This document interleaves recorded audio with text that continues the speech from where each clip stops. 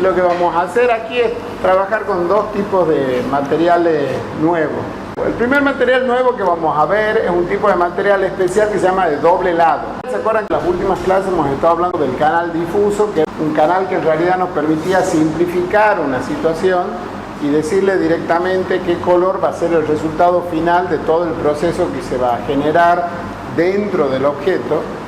Pero en realidad es una simplificación, porque no nos ponemos a analizar o a configurar lo que está pasando adentro, sino que directamente determinamos el color, la textura con la que finalmente van a salir esos rayos que generan la reflexión difusa.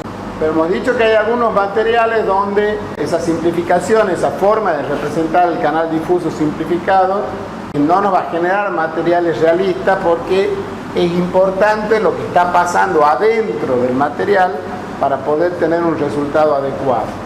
Y hemos visto que el V-Ray incluye distintas herramientas que permiten en distintos niveles de complejidad poder actuar sobre lo que está pasando dentro del objeto y por lo tanto definir de forma más precisa lo que está pasando en ese canal difuso, y no con la simplicidad que normalmente lo hacemos, que es aplicarle un color, una textura en el canal difuso.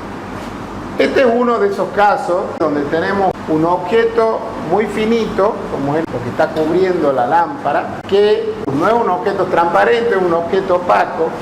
Sin embargo, se va, por la luz que está en el interior, se va a iluminar y es como que va a dejar traslucir una determinada cantidad de luz. Que si nosotros le asignamos un color para este elemento en el canal difuso, va a ser un objeto opaco que no va a dejar traslucir la luz. Para estos casos vamos a utilizar este material que se llama de doble lado. Ya lo vamos a usar para aquellos casos en que el canal difuso simple no nos satisfaga, no nos permite solucionar la situación del material, que queremos empezar a trabajar sobre lo que pasa dentro de ese objeto para definir las características con las que se lo va a visualizar, y se le aplica en materiales muy finitos. Entonces sirve para cortina, para una hoja de papel o para una hoja de la naturaleza, que también es un elemento finito que por alguna razón está recibiendo luz desde atrás y nosotros lo que queremos ver es el efecto desde el otro lado. Para todo ese tipo de situaciones se va a aplicar o se va a utilizar este tipo de material. Entonces lo que queremos hacer es generar un material nuevo para aplicárselo a este elemento, y por otro lado adentro vamos a tener el elemento que va a generar la luz, una fuente de luz, para el cual vamos a ver que también vamos a utilizar un tipo de material que no hemos visto hasta ahora, que es un material emisivo. Podríamos utilizar algunos de los elementos que ya hemos visto, o sea, podríamos generar una luz esférica, o podríamos generar la forma que queremos que tenga esa lámpara y convertirla en un mesh light, ¿sí? Un objeto que se convierte en un elemento que emite luz. Podríamos solucionarlo de esa manera. Eso sería tan válido como lo que vamos a hacer ahora. Simplemente lo que vamos a hacer es otra alternativa para que veamos la posibilidad de trabajar con materiales, que es lo que estamos haciendo ahora. Y entonces lo que vamos a hacer es crear un material emisivo, que es otra posibilidad que nos presenta el programa. Es decir, cuando necesitamos generar una fuente de luz, podemos generar alguno de los tipos de luces que ya hemos visto, pero también tenemos este recurso que es generar un material, que el material es el emisivo. Le aplicamos ese material a un objeto determinado, a una cara, lo que sea, y entonces ese objeto se convierte en emisivo, pero no por el objeto en sí, sino por el material que tiene aplicado. Entonces, con este ejemplo vamos a ver dos tipos de materiales nuevos: los materiales de doble lado y los materiales emisivos, que son dos materiales interesantes con características muy particulares, distintas a los materiales que hemos estado viendo hasta ahora. Empecemos con este. Lo que quiero generar es un material nuevo, pero un material de doble lado, que es un tipo especial de material. Entonces yo le voy a decir, como siempre, que quiero generar un material nuevo, pero en lugar de utilizar el genérico, que es el que hemos estado utilizando hasta ahora, vamos a ver que en este listado aparecen otro tipo de materiales que podemos generar. Entre eso aparece este de dos lados, que es el que vamos a utilizar ahora. Entonces yo voy a elegir el material dos lados y ya está creado el material. Cuando elijo este material, no tengo la posibilidad de configurar las características de este material desde el cuadro de Quick Setting, porque son muy específicos el tipo de características que le vamos a aplicar a este material. Entonces sí o sí tengo que ir al sector de las herramientas avanzadas. Lo principal que voy a tener que configurar aquí es qué material quiero aplicarle en la cara frontal y qué material le quiero aplicar en el contrafrente, la cara de atrás del objeto al que le voy a aplicar el material. Ustedes saben que las caras en SketchUp tienen un frente y un contrafrente, entonces aquí lo que me está diciendo es qué material quiero aplicarle al frente y qué material quiero aplicarle al contrafrente. Entonces, del listado de materiales que ya existen en el archivo en el que estoy trabajando, tengo que seleccionar cuál es el material que les quiero aplicar en el frente y cuál es el material que les quiero aplicar en el contrafrente. Si yo quiero aplicar un material con características específicas, antes lo tengo que crear. Entonces lo que vamos a hacer ahora es crear un material específico que nos va a servir para asignarle al frente y al contrafrente del material doble lado que estamos por generar. Yo podría necesitar tener dos materiales distintos de los dos lados.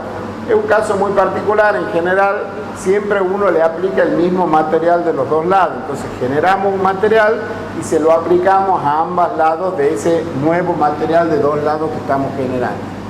Entonces yo le voy a decir que quiero crear un material, en este caso sí genérico, porque va a ser un material que solo le voy a asignar color. Le pongamos un nombre general, le pongamos por ejemplo material 1, y a este material solo le voy a definir un color. Entonces le digo que quiero que sea un color muy clarito, un naranjita claro, y ya está creado el material. Una vez que he creado el material, puedo volver a mi material de dos lados y decirle que tanto en la cara del frente como en la cara del contrafrente le voy a aplicar el material 1 que acabo de generar. Este es el parámetro principal que tengo que definir en este material. Como ya lo tengo creado el material, varios componentes uno dentro de otro, entonces entro hasta que elijo las caras del objeto y le digo que a estas caras le voy a aplicar ese material. Acuérdense que hemos hablado en algún momento que si nosotros purgamos utilizando el comando purge de SketchUp, se van a eliminar todos aquellos materiales que SketchUp considera que no están siendo utilizados en el modelo. Este es un caso de ese tipo. Yo he creado un material de dos lados que adentro tiene asignado un material que se llama material 1. Eso es para V-Ray, pero lo que puede reconocer SketchUp es que el material dos lados está aplicado en un objeto, pero el material 1, como no está directamente aplicado en un objeto, SketchUp no lo reconoce como un material que está siendo utilizado. Por lo tanto, si yo aplico el comando purgar todo desde SketchUp, me va a eliminar el material 1. Ustedes van a ver que a veces lo que les recomiendan algunos videos es, para evitar eso, generar un objeto, una cara cualquiera, en cualquier lugar del modelo que no se lo vea, y aplicarle el material 1. Simplemente para que SketchUp lo pueda reconocer como material aplicado y por lo tanto, si utilizan el comando purgar no usado, no le borre, no le elimine ese material, porque entonces sí, al ya estar aplicado en un objeto, lo va a reconocer como un material utilizado. Ese es un recurso que pueden utilizar. Yo en general lo que les recomiendo es, cuando hacen el purgado, no usar el comando purgar todo desde SketchUp, sino usarlo desde V-Ray, de tal manera de asegurarse que no se elimine ningún material que esté siendo utilizado por V-Ray y no esté siendo utilizado por SketchUp.